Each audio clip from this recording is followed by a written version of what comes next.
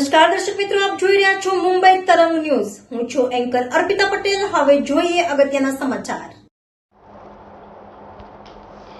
રાજુલાના જૂની બારપટોળી ગામ નજીક એક યુવાન પર એસિડ એટેક. જૂની બારપટોળી ગામના યુવાન પર અજાણ્યા શખ્સો દ્વારા એસિડ ફેંકવામાં આવતા ગંભીર રીતે ઇજાગ્રસ્ત થયા. 108 મારફતે સારવાર માટે રાજુલા હોસ્પિટલ ખાતે ખસેડાયા. આ ઘટનાને લઈ પીઆઈ ઇન્દુબા ગીડા હોસ્પિટલ ખાતે પહોંચ્યા. સમગ્ર મામલે પોલીસે વધુ તપાસ હાથ ધરી છે. ડોક્ટર વિજય મકવાણા, મુંબઈ તરંગ ન્યૂઝ, રાજુલા. શિવાભાઈ બાબુભાઈ લાખો. શું ઘટના બની હતી?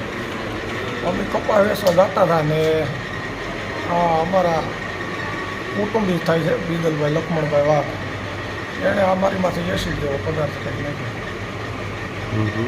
પછી કોણ હોસ્પિટલ લાવી તમને? હોસ્પિટલમાં પછી 108ને ફોન કર્યો અને એક મારો મિત્ર છે યારે અમે પછી સરકારી મેળવી.